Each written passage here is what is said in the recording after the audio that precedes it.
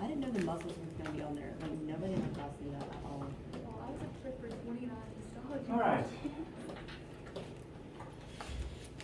So, today is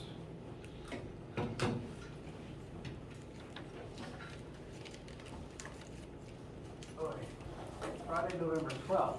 That's the number.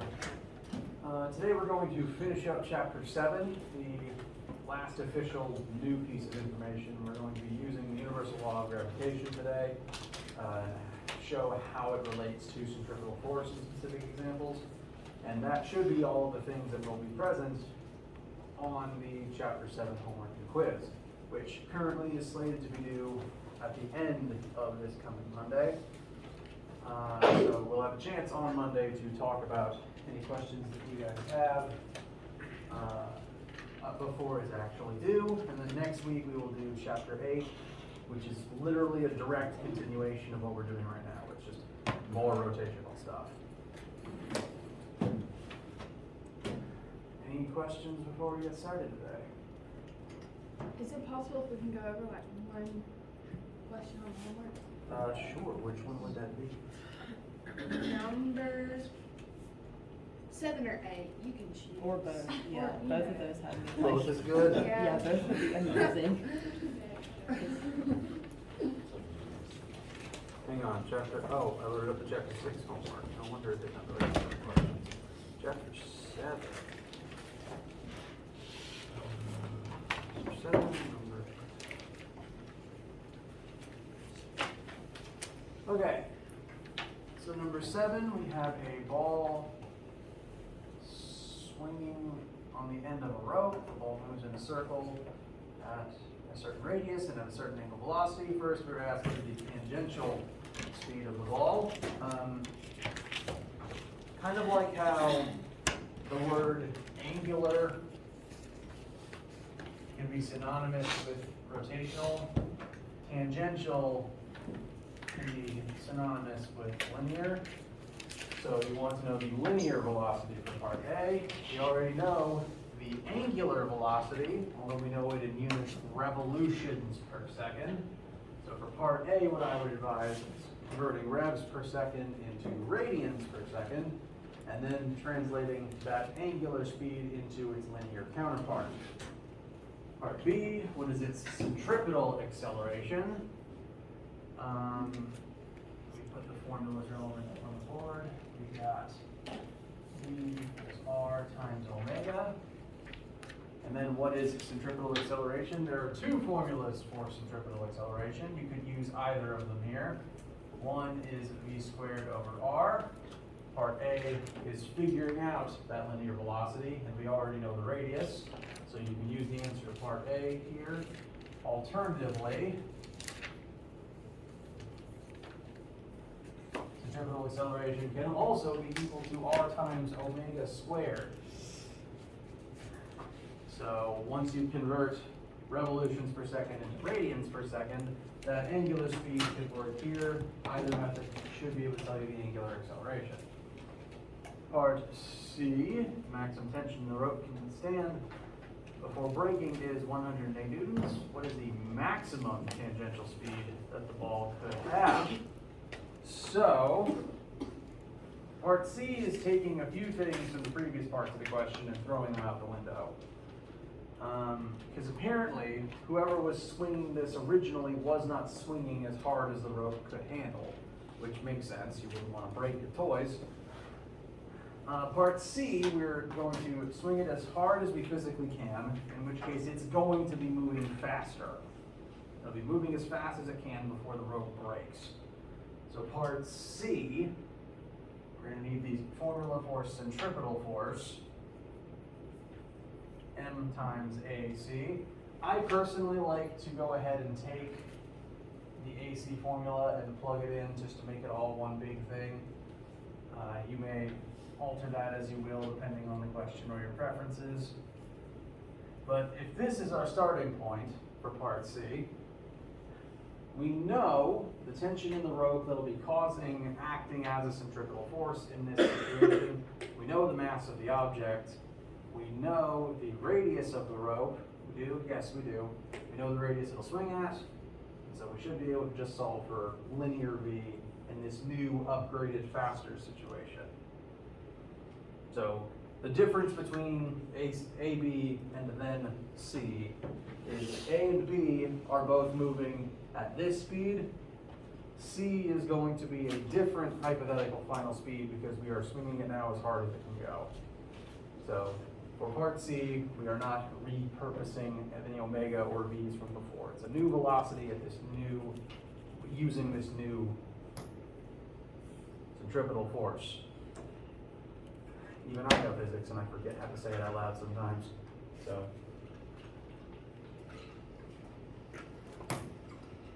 how does 7 feel now? Better. Thank you. You're welcome. Number 8.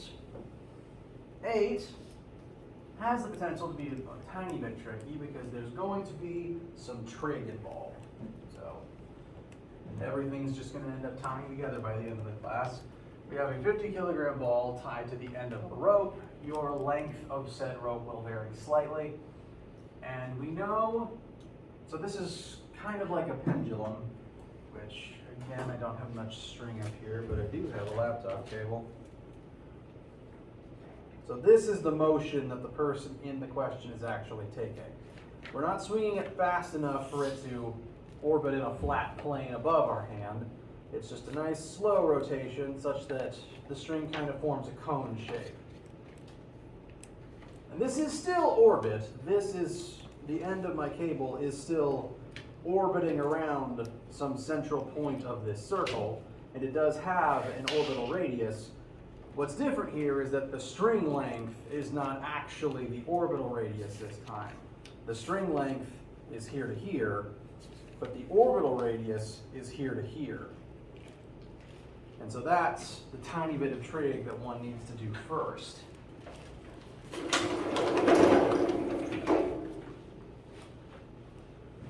Everyone will know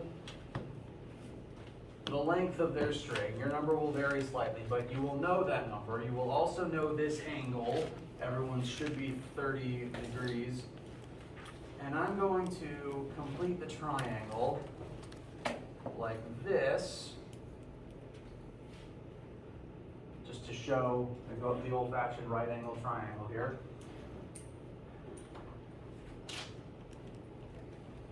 Because before you do pretty much anything else, you are going to need to figure out what the orbital radius actually is.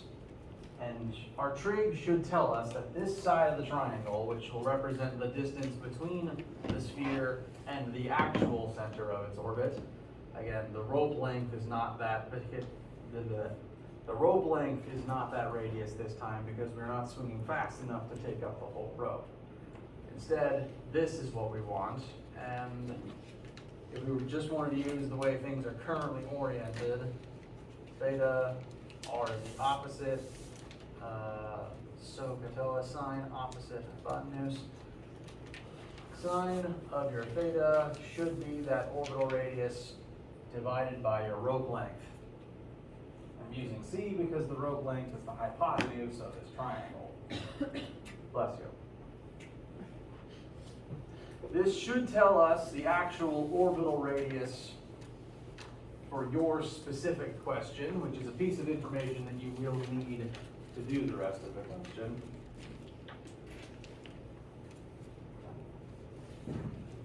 First thing we're asked with, once we have that, is to determine the ball's speed.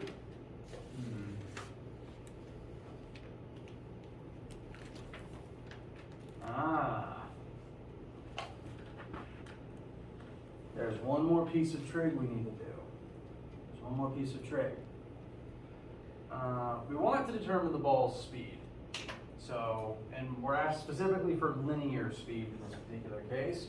If we look at any formula we can think of that has linear speed in it, there's probably some other variables we're going to need to find out. I'm going to direct your attention to this combined formula. Linear speed squared divided by radius times mass will equal centripetal force. We know the ball's mass. We know, once we perform this operation, we'll know the orbital radius. The problem is we don't know the centripetal force in this particular situation because we aren't told anything about the tension in the rope. figure it out. We can estimate what the centripetal force must be in this situation. And we're going to take the same shape of triangle and repurpose it slightly.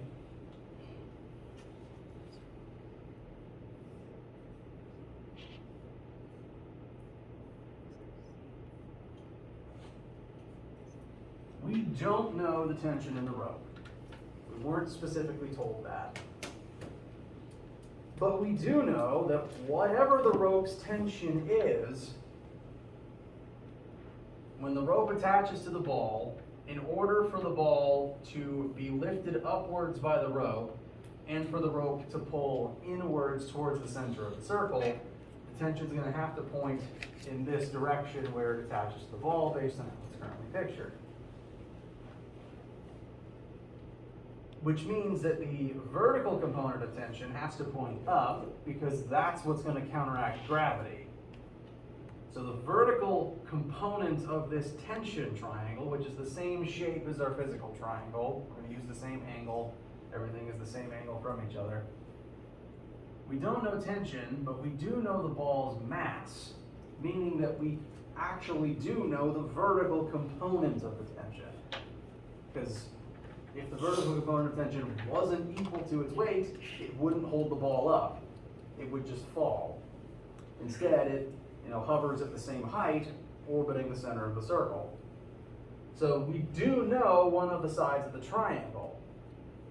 This is not the side that we need to do the rest of our math, though. To do the rest of our math, we actually want this side, because this is the component of the tension that's going to point towards the center of our orbit. So this leg acts as our centripetal force. Tension here is pulling double duty as both the force holding us up and the centripetal force. Each component serves a different role here. So we're actually going to do some more trig to find this triangle leg, which will tell us FC. What I'd recommend here is we want the opposite leg. We actually know the adjacent leg, not the tension. So I would recommend tan or 30 degrees will equal our centripetal force divided by the object's weight.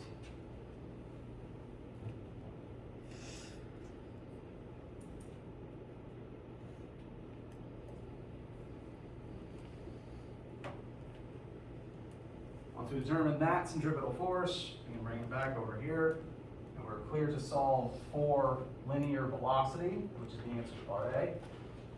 This probably seems like a lot of setup, but doing all this work at the start means we don't have to do it later. If instead the ball is revolved so that its speed is 3.8 meters per second, at what angle? Ooh. I'm probably going to go ahead and make the assertion this is probably the longest question on the assignment. I'm going to scroll around real quick to check.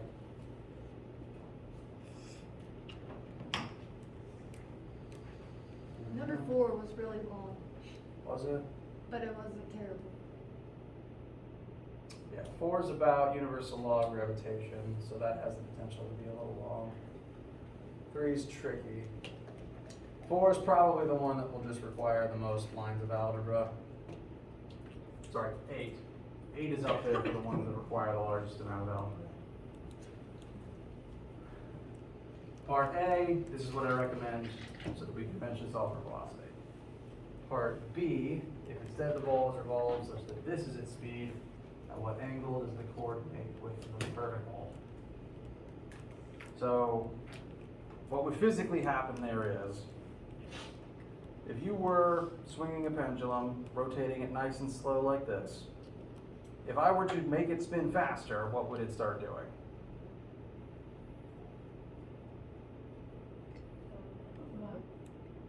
Good call. It's going to rise slightly.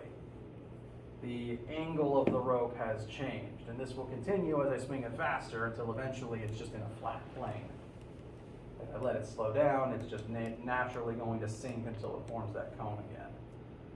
And basically, the angle of the cone is going to depend on how fast you're swinging it, because the orbital radius increases with velocity, and as the orbital radius increases, the angle increases too.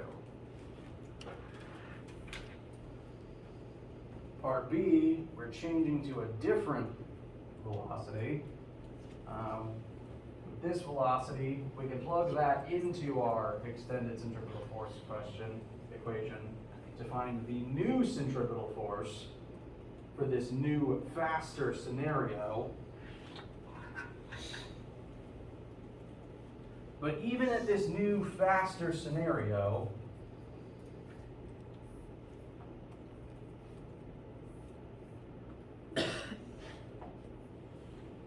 the vertical component of tension will not have changed because it still has to hold the ball upwards. The vertical component of tension still has to counteract gravity. So this leg will grow, this leg will stay the same. The angle changes because this leg gets longer, this leg actually doesn't. Which means, once you find your new centripetal force,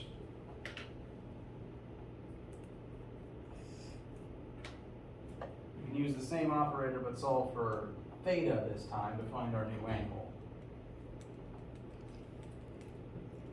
And then the last question, torque can withstand a maximum tension of 0.9 newtons. What is the highest speed at which the ball can move? Every single part of this question is entirely a separate question, it seems. That's why this is one of the longer ones. C, at this new maximum tension, we would know what the tension is. We wouldn't know what C is at this new tension.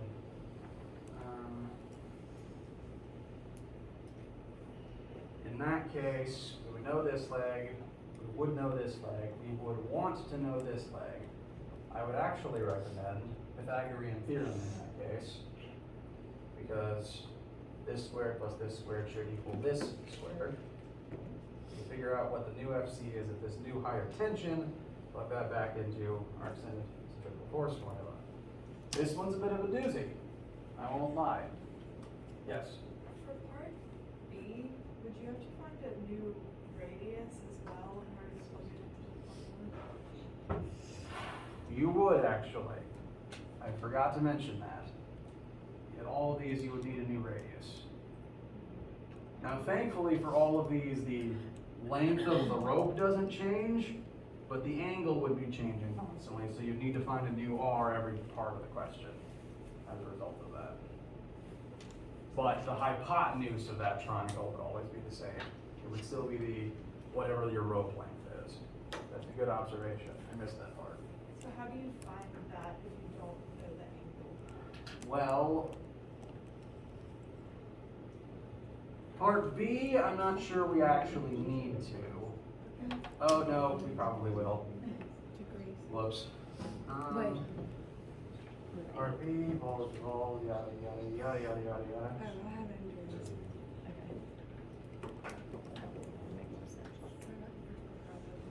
Boy, we want to know theta, centripetal force is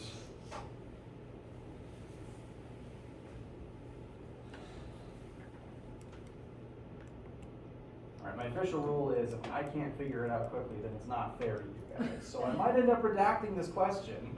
Yes. Yikes.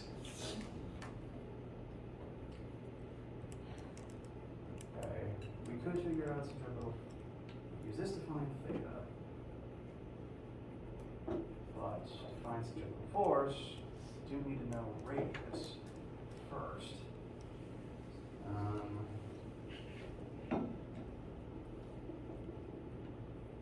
That radius, that's, okay. We've officially hit the time limit for it. If I can figure it out quickly, then it's not a fair question. So, I like part A, which is the reason why it's in the assignment in the first place. I'm glad you guys brought this to my attention, because sometimes things slip by my radar and I don't like it when that happens. What I am capable of doing is I can go in and I can redact and remove B and C, because I don't think it's fair if it takes me this long to figure it out. I'm sure it's doable, but that doesn't seem fair to me. So, for simplicity's sake, I might not actually completely go in and edit the entire question because that would change possibly the entire assignment when it resets for you, and I don't want that. So instead, what I'm going to do is I'm going to make B and C worth 0 points. So if you don't do them, you are not penalized. So 8 parts B and C are redacted. Awesome. Thank you. You're welcome. I apologize. So,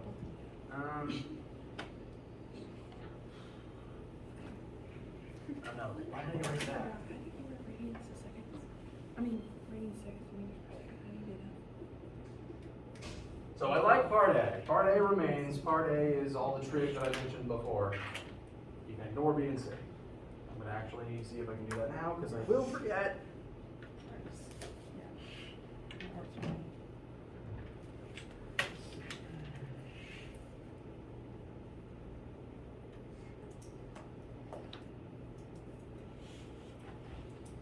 All right. 0 points. 0 points. All right. Change is saved. Part part B and C will still appear to be there, but they are worth 0 points.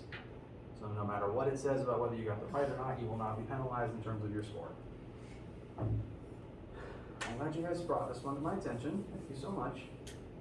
Any other questions? All right. I'm glad we spent this time looking at those. We'll take a quick break right now because I need a little bit of water.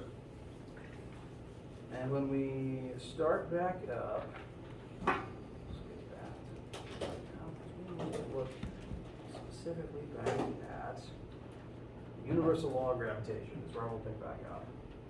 We talked about it briefly, now we're going to use it at least once.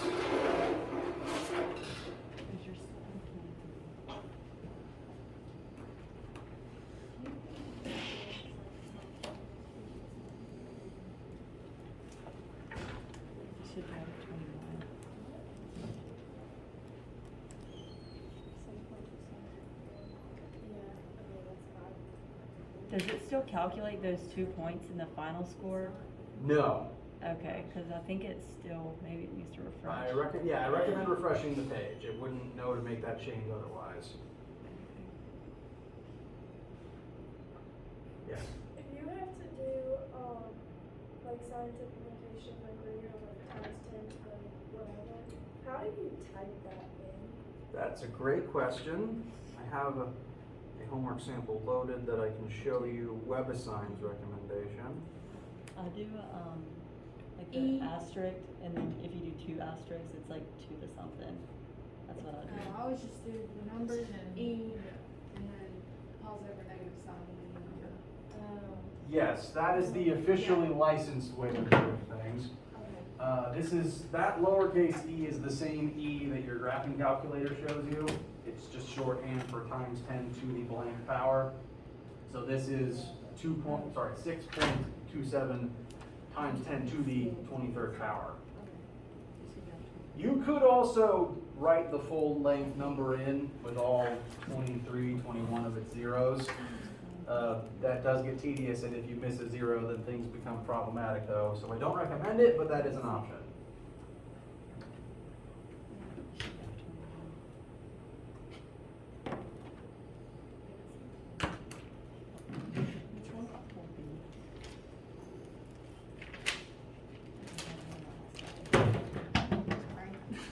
Break it? But that's all this.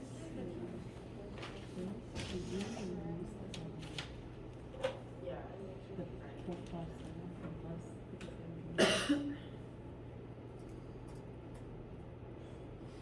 Those are not.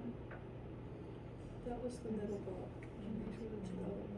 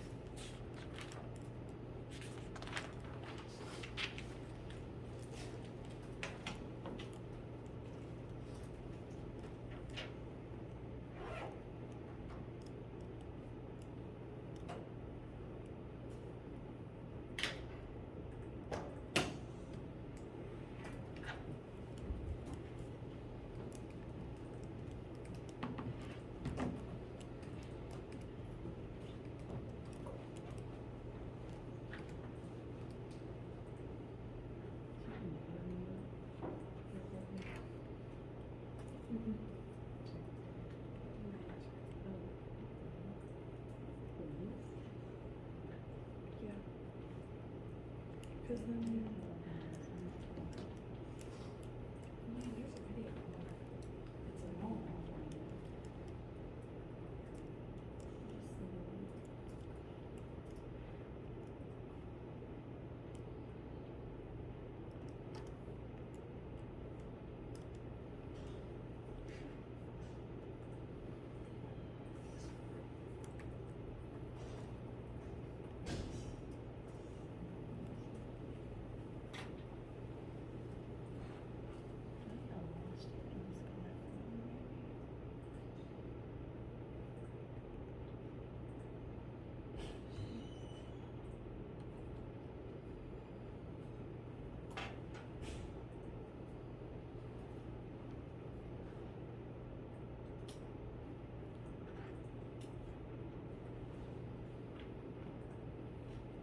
Yeah, I don't think I watched this one because they have 25 dislikes.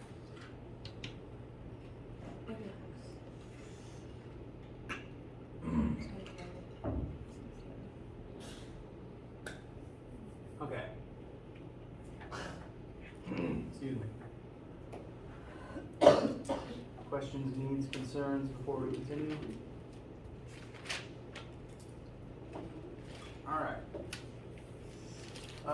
Last time we left off introducing the universal law of gravitation. That is the name of this formula, which is on the formula sheets, and you might have seen it. Some of you use this as your answer for how to calculate weight on the test, which is a correct statement, by the way. Universal law of gravitation tells us how to calculate the gravity between any two objects, ever, anywhere in the universe. Because secretly, every object with mass is exerting a gravitational force on every other single object with mass. There is gravity right now between you and Pluto. It's not a lot, but it's there. And that is because you and Pluto both have masses. So within this formula, we have force of gravity equals big G. This is not lowercase 9.8 g. This is big G, which specifically refers to the gravitational constant. This is a number that a lot of smart people took a very long time trying to figure out and nail down exactly. This is a constant that will be known to you and announced to you on any and all relevant formula sheets and questions. Big G is always this number.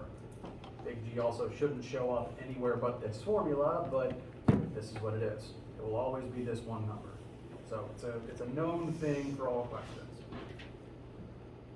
Force of gravity between any two objects equals big G, this constant, times the mass of object 1, times the mass of object 2, divided by the radius between them squared. What this tells us is the force of gravity between any two things depends upon two primary factors. One, the mass of those objects. The more mass something has, the more gravity it exerts, which is why you can detect gravity from the very massive Earth beneath you, and why we are capable of measuring gravity from the moon and the sun, because they are both very big. Consequently, the smaller something is and the less mass it has, the less gravity it exerts, which is why you will never be able to measure the gravity acting upon you from any of your personal items and objects. Even your car does not exert enough gravity to meaningfully measure. The other thing is the radius squared. Notice that the radius term is on the bottom, which means the bigger radius gets, the smaller the gravity gets. The further apart two things are, the weaker the gravity between them naturally is, which makes sense. Pluto is very far away. It is a planet, and on its surface it exerts enough gravity to hold you on its surface, but it's so far away that you will never meaningfully ever detect it. Meanwhile, the Earth is very close at hand. It is right under your feet, so its large mass combined with the small distance between you and it is why Earth is the single largest gravitational force that you within your lifetime will detect. I presume. And this formula, we're talking about this formula now because astronomically speaking, this formula was as important a piece of what Newton did for Western science as the centripetal force formula and the laws of motion. Because all of those things combined is what allowed us to track the orbit of every single object in our solar system, with a few exceptions.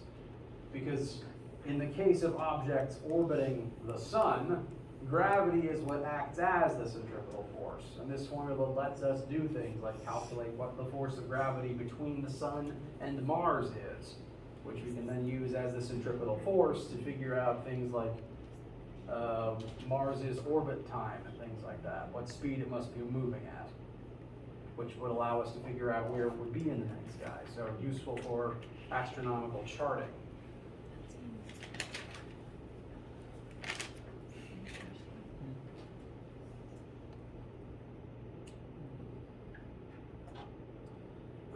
Let's do a quick few small sample calculations with this formula just to get kind of a sense of scale. Let's find the force of gravity between two of my markers, which would be located about 10 centimeters apart. Where's my eraser cloth? There we go.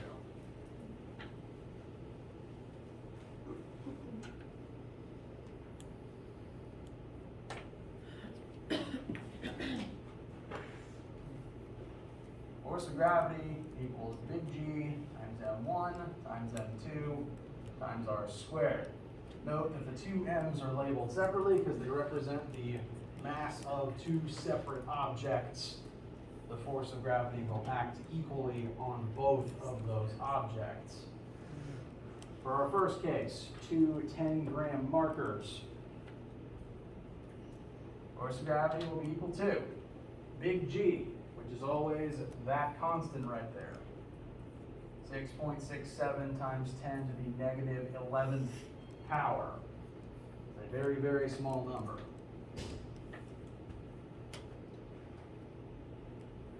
And we're going to multiply that by both of the masses present. We have two markers that are 10 grams apiece. This formula is designed for kilograms, so we do need to convert those.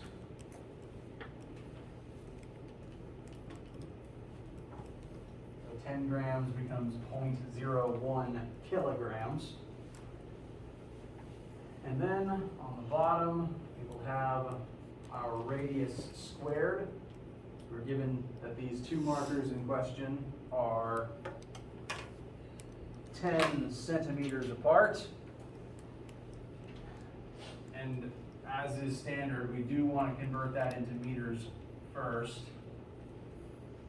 And we also want to make sure we are only squaring that 0.10 and not any other part of the question. We know everything that we need to find this force. We do just need to make sure to be very careful with how we enter this into our calculators. Sometimes I'll do it in pieces.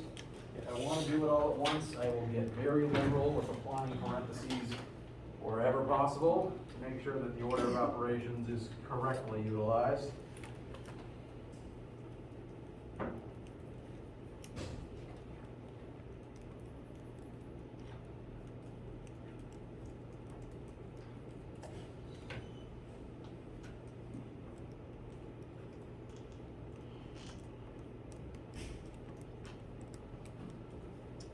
So, what kind of force are we looking at between two expo markers relatively close to one another?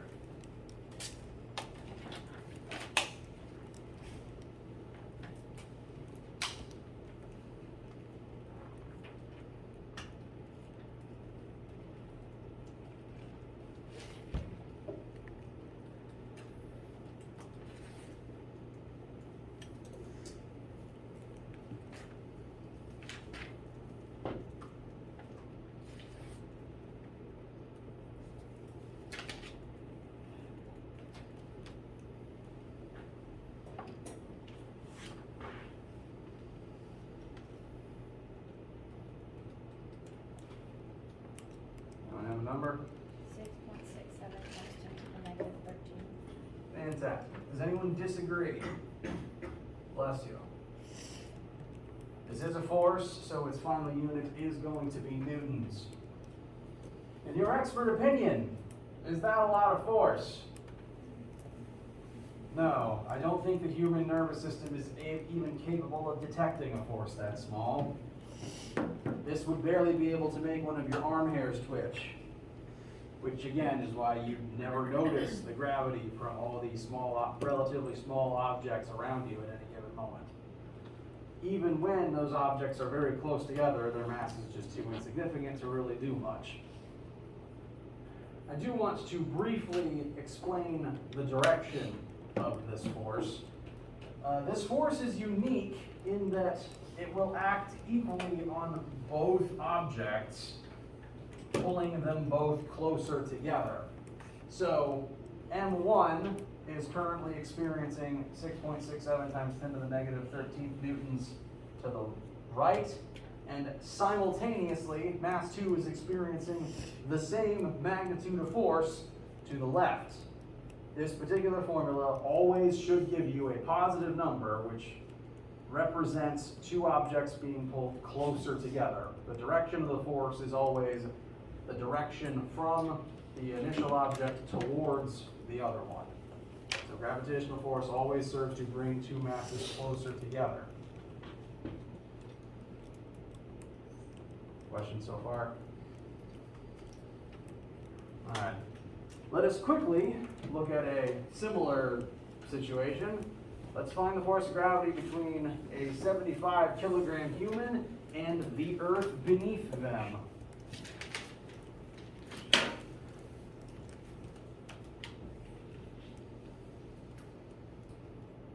G remains the same.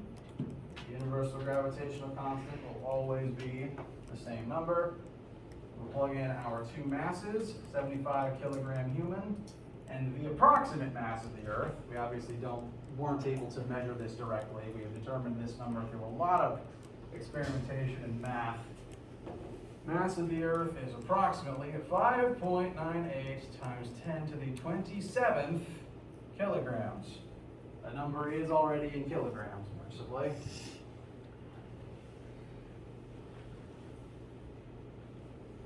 So those are the masses. That just leaves us the radius squared underneath. Now, something to note about radius in this particular formula. Technically speaking, what is the distance between me and Earth's surface right now? 0. I'm standing on it. If we plugged in a 0 right here, what number would we get for gravity? Well, we technically get an error message, but functionally 0. We know for a fact that there is a force of gravity from Earth on me right now, so something went wrong if we plug a 0 in here. That's because the radius is not the distance between the surfaces of the two objects. It is technically the distance between the centers of mass of the objects, which won't generally be a problem unless we look at this specific case where I am very far away from the center of the Earth right now. So the radius we will actually plug in is the Earth's radius, which again, we never measured directly, but we believe it is approximately 6,378.1 kilometers. Which we do want to convert to meters before we square it.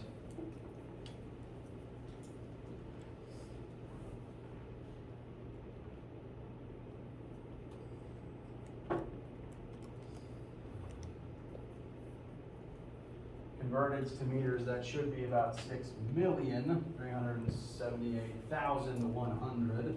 You do want to square that. You want to make sure that is the only number you're squaring.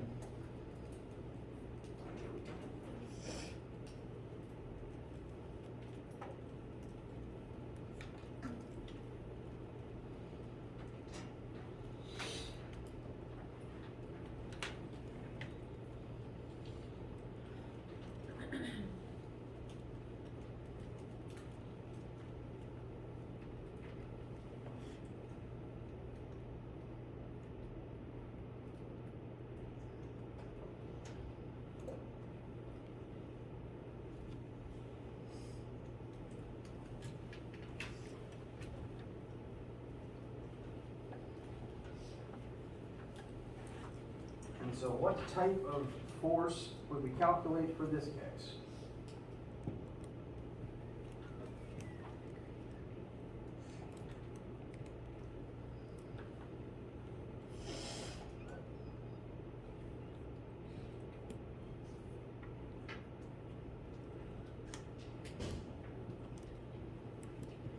Any final answers? 734.64 newtons. Very good. I'm gonna briefly round that off to 735. 735 newtons. Which, you know, we've calculated forces on that scale before. So, this is the force that Earth would exert on such a human, and this is subsequently the force of gravity that the human would exert upwards on the Earth. You just never see that happen because the Earth is really, really big, therefore it wouldn't really accelerate from a force this relatively small compared to its mass. Quickly though, before we move on, what if we calculated the weight of this person the old-fashioned way? Just their mass times 9.8. What do we get then? 735 newtons. 735 newtons. This 9.8 is a number that has been very carefully and cleverly crafted for us by combining big G, Earth's mass, and Earth's radius together.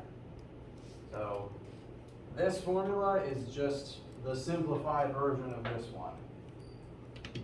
So I find that kind of neat.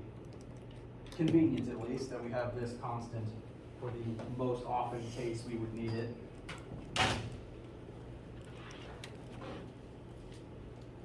Now, I do want to end by at least quickly addressing the orbit question that I might have teased already, because there's one of these on your homework and I want to make sure you've seen how to do it. Like I said, the force of gravity acts as a centripetal force for orbiting objects in space. The moon orbits the Earth, and the force between them is going to naturally depend on the mass of the moon, the mass of the Earth, and the distance between the moon and the Earth, which thankfully are constants that have been measured for us by a lot of smart people at NASA. If we take these values as known for those objects, we can estimate the force of gravity acting between Earth and Moon, and use that as a centripetal force to figure out how fast it is currently moving. In which case, just to show you the setup, because there is a question like this on your homework, the force of gravity is equal to big G m1 m2 over r squared, and that force of gravity would act as a centripetal force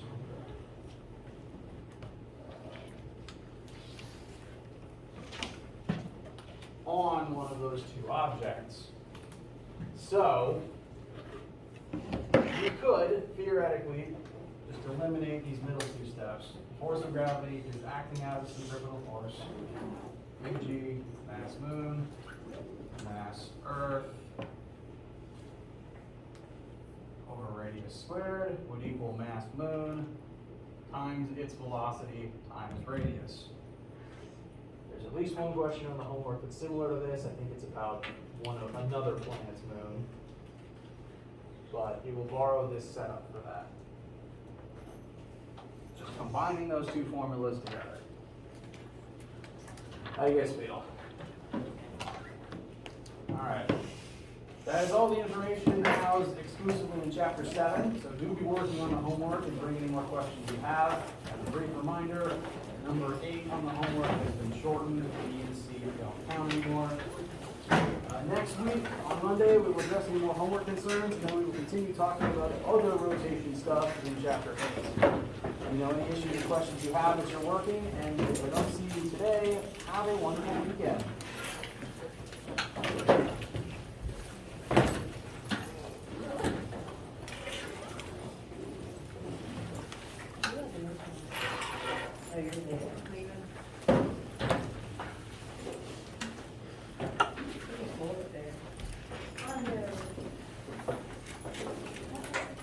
It's like 40.